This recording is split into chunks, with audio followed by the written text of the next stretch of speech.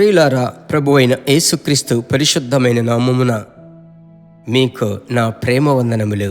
August నెల 2వ తారీఖు ఉదయకాలం 5:30 క్లుప్త సందేశం మీకు అందించటం మిక్కిలి సంతోషం. ఒకవేళ 5:30 మేము మీకు విడుదల చేస్తున్నాం, 5:30కే మీరు చూసేవారు ఉంటున్నారు. ఆ తరువాత కొన్ని గంటల తరువాత చూసేవారు, వినేవారు ఉన్నారు. మిమ్మల్ందరిని బట్టి ప్రభువుకు స్తుతి చెల్లిస్తున్నాను. ఈ దినాలలో వాక్యము మీద, దేవుని మీద ఇంత ప్రేమ కలిగి మీరు ఉన్నందుకు మిమ్మలను తలంచి నేను ప్రభువును స్తుతిస్తున్నాను. ప్రభువుకు మిక్కిలి ప్రియమైనటువంటి గుంపు దేవుణ్ణి ప్రేమించువారు. ఆమెన్. ప్రేమించు వారికి సమస్తమును ఆయన చేసి ముగిస్తాడు గనుక ఖచ్చితముగా మీ కార్యములను ప్రభువు ఆయన మీదే వేసుకొని మీకు కావలసినదంతా ప్రభు ఇచ్చి మిమ్మల్ని ధైర్యపరుస్తాడు. సరే, ఈ దినమునకు సంబంధించిన మాట ఏమిటి తెలుసా? నేను చదువుచున్నాను. అపోస్తుల కార్యములు 16వ అధ్యాయం 25-26 వచనములు. అయితే మధ్యరాత్రి వేళ పౌలును శీలయు దేవునికి ప్రార్థించచ్చు కీర్తనలు పాడుచుండిరి, ఖైదీలు వినుచుండిరి. అప్పుడు అకస్మాత్తుగా మహాభూకంపము కలిగెను, చెరసాల పునాదులు అదరెను.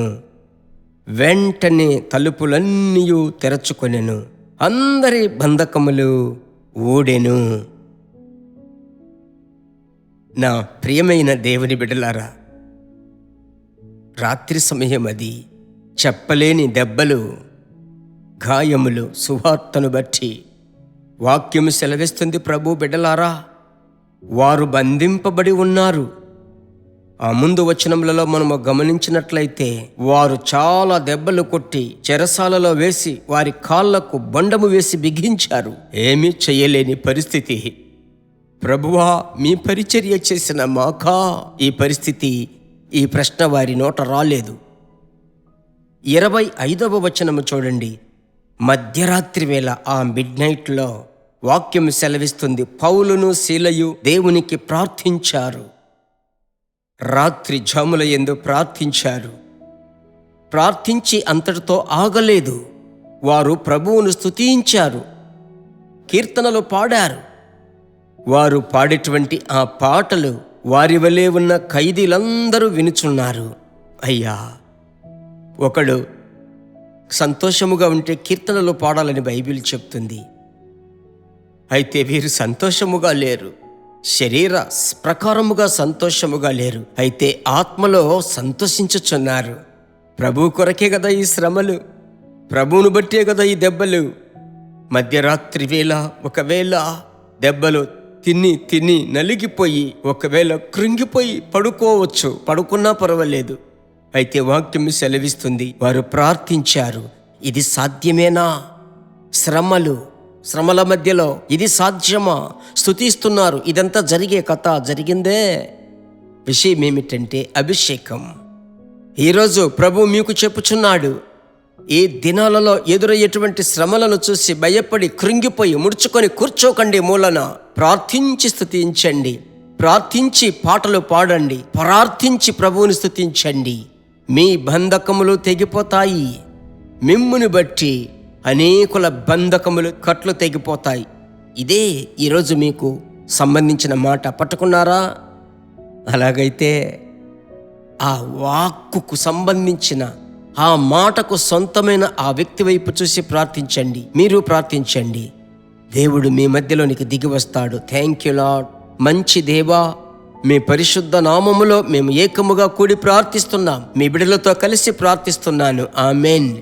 తండ్రి, శ్రమలు, ఉపద్రవములు, కష్టములు, బంధకాలు, మా కట్లు మమ్ములను ఆపుటకు వీలు పడదు.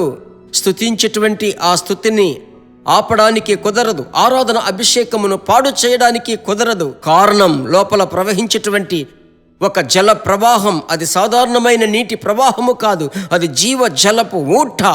ఆ అభిషేకముతో మీ బిడ్డలను నింపారయ్యా, ఇంకనూ నింపండి. ఈ ఉదయకాల సమయమందు మీ బిడ్డలను నింపండి. నూతన అభిషేక తైలముతో నింపి జయము పొందువారినిగా మార్చండి. జయము పొందుకు వారినిగా మీరు మార్చినందుకు స్తోత్రం. యేసు నామములో తండ్రి, ఆమెన్. ప్రభు బిడ్డలారా, దేవుడు మిమ్మల్ని బలపరిచాడు కదా, అందువలన చేతులు పైకెత్తి ఆమేన్ హల్లెలూయా అని చెప్పండి. మర్చిపోకుండా అనేకులకు షేర్ చేయండి. విదేశాలలో, బయట ప్రాంతంలో మీ సంఘ సభ్యులు అందరికీ షేర్ చేయండి. వారు బలం పొందుకుంటారు. మరలా కలుసుకుందామా? God bless you.